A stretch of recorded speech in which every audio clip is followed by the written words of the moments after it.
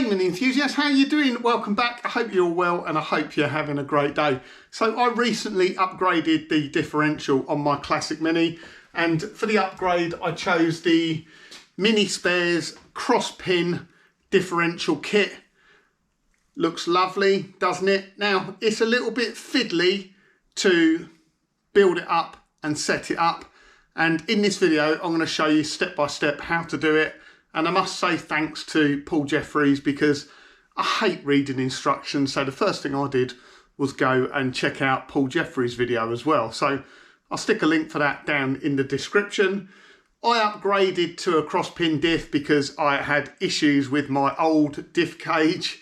And yeah, I could have probably repaired the cage. Lots of people said about using time certs and helicoils. I could have done that.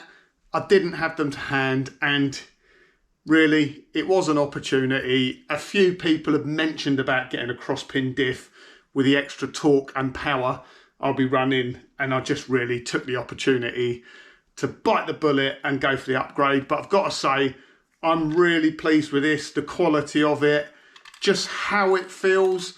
So a cross pin diff is much, much stronger than a standard differential, which only has a single pin diff. And just the feel of the differential itself, because it's got four planetary gears now, and because it's got the cross pin, it just feels more positive, more precise.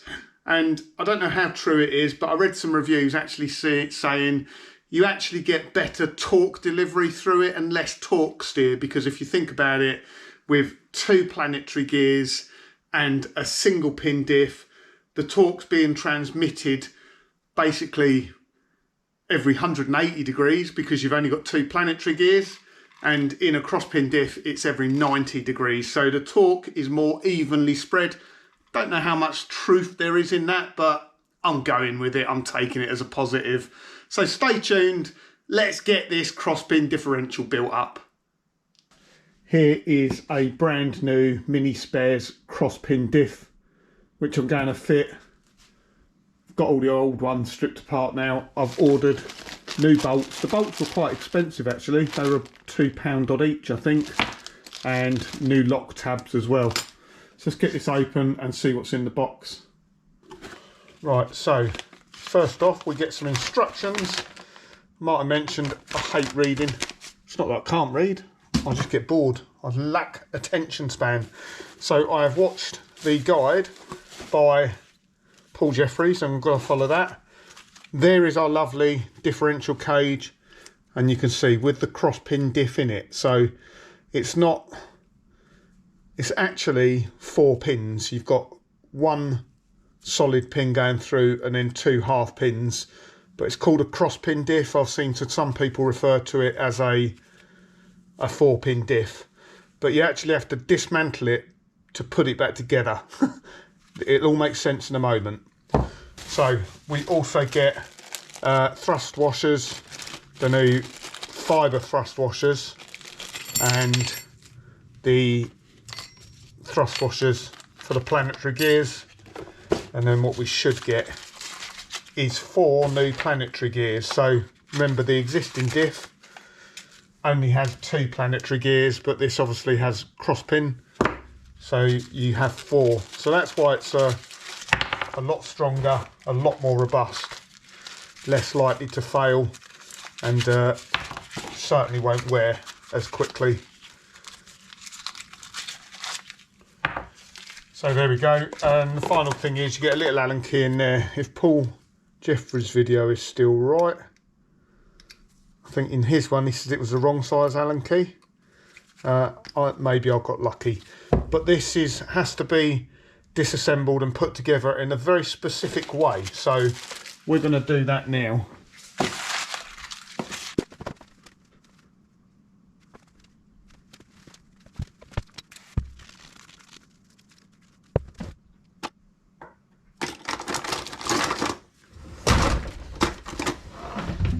Right, I'm actually going to mark the position, so you have to pull these pins out. They've got cutouts, detents in them, which will make more sense in a moment. They have to go back in the same rotation, same orientation. So I thought what I might do is just mark them so that when it goes back together I can make sure that they are in exactly the same place. I'm sure you can probably see it anyway.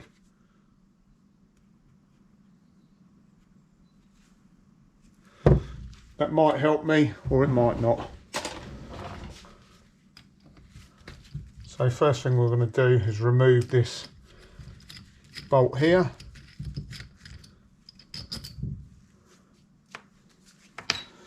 And then there's a hole, this is hollow through the middle there, and you can poke something through there to push this pin out of this end.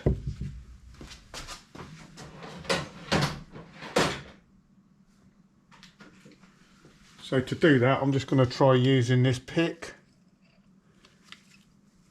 There we go. So yeah, literally just insert it in there and it gets this pin moving here. And then once it's moved a little bit, we can then pull it out. What you will see is there's a locate, that pin locates in the shaft, which also goes across the diff here. So that's the first pin out.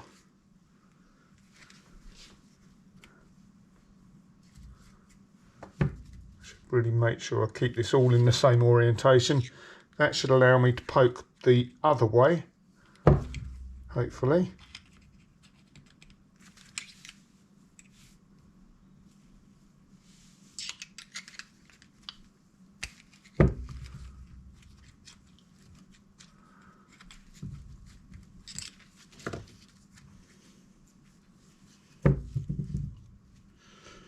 I'm just going to give this shaft here a poke now.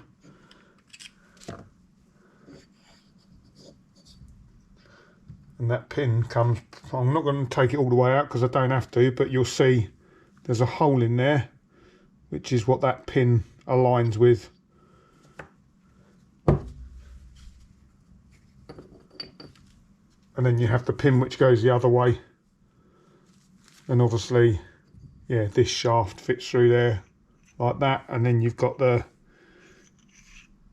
hole which the pin lines up to.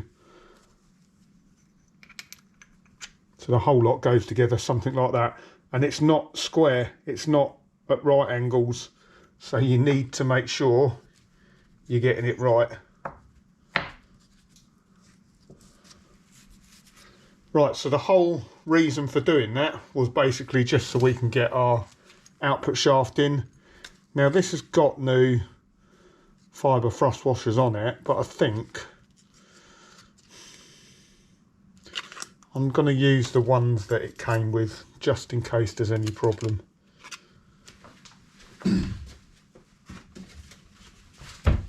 We'll just have the tiniest bit of oil on there.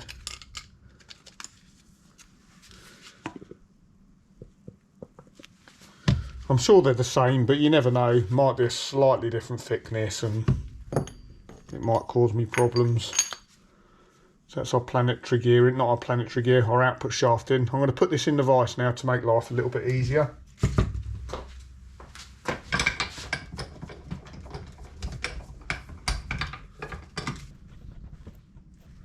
Now all we're going to do is just reassemble in the reverse order, making sure we put our new planetary gears on.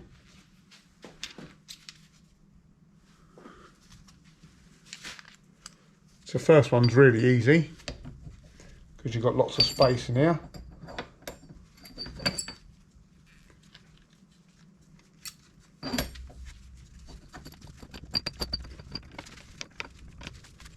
He says it's easy. I'm fiddling around with it.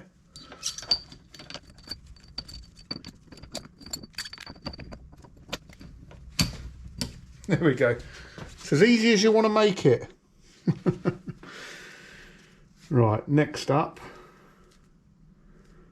we're going to get this pin through here. So again, we're going to need thrust washer and planetary gear in first.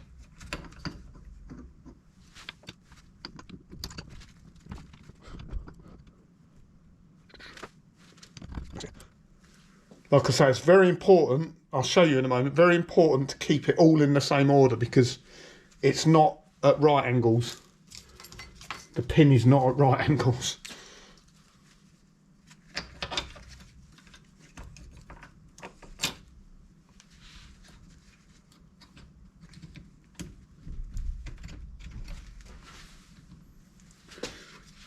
First time you see it, it actually looks like it's been made wrong, but it is meant to be like that. And then final one.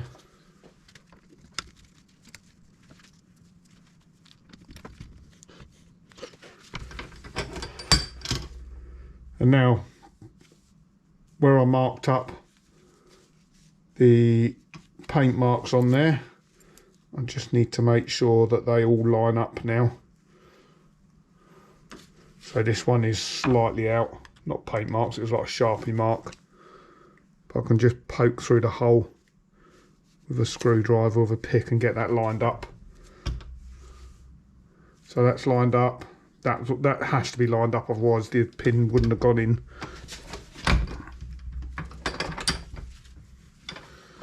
And then final thing, just need to put my Allen bolt back in, which holds the pin in place.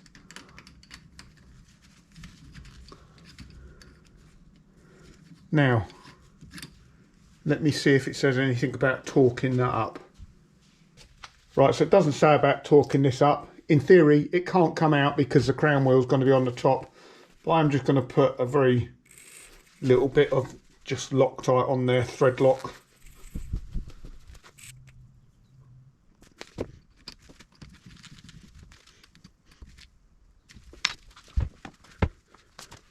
Right, so that's us ready for our crown wheel and the other output shaft. So again, I'm using the fibre thrust washer it comes with.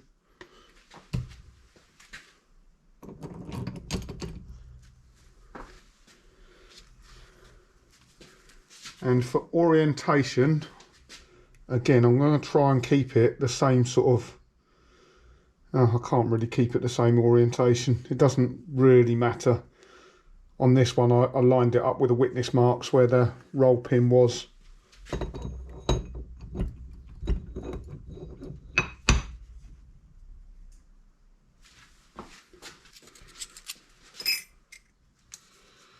Got our new lock tabs. First time round, I obviously just reuse the old ones. I mean, you don't need to replace them every time, but I'm just conscious that they've been knocked over and bent about a couple of times now. If you bend metal backwards and forwards lots and lots, it fatigues and breaks or cracks. I don't want a bit of that metal falling off in the gearbox at some stage.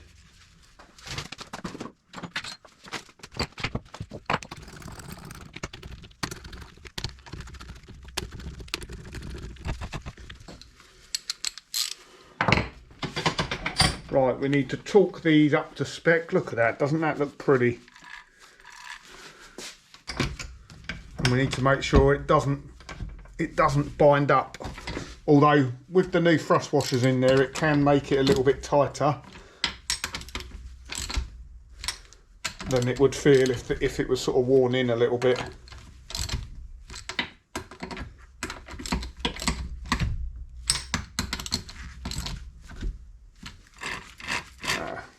Feels good.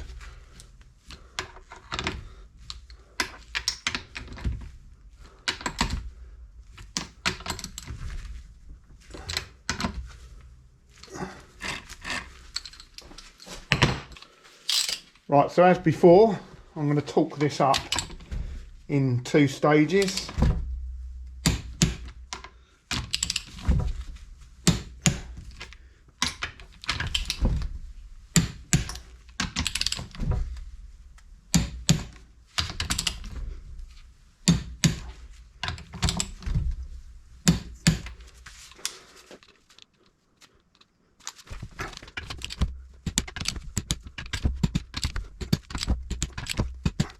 That torqued up far more reassuringly than it did previously. I don't know whether it's because it's new bolts in it. Anyway, well, it's all new anyway. So it's still turning nicely. Now it's all torqued up. So all we need to do is knock the lock tabs over now.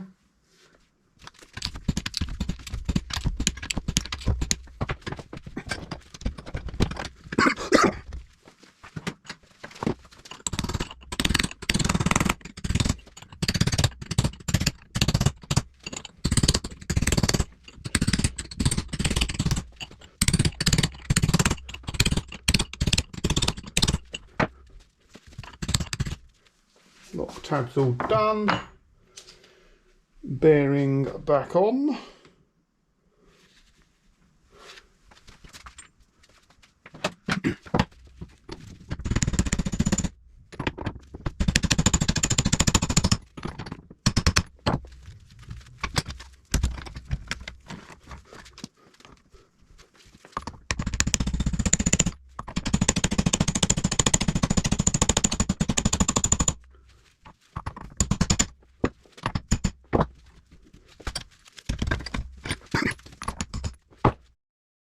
So there we go, that is the diff finally done. That's 300 quid I wasn't expecting to have to spend, but it is a nice upgrade to the car and will be certainly up to the power and the torque that I'm going to get out of that supercharged engine. So I hope you enjoyed today's video. If you did, please remember to give it a thumbs up. If you're not a subscriber to the channel, more than 50% of you aren't, please do consider subscribing. It's completely free and it helps build the channel and I would really appreciate it. And if you want to drop me a comment, I do read all the comments. So thanks once again. I'll catch you again next week. Cheers.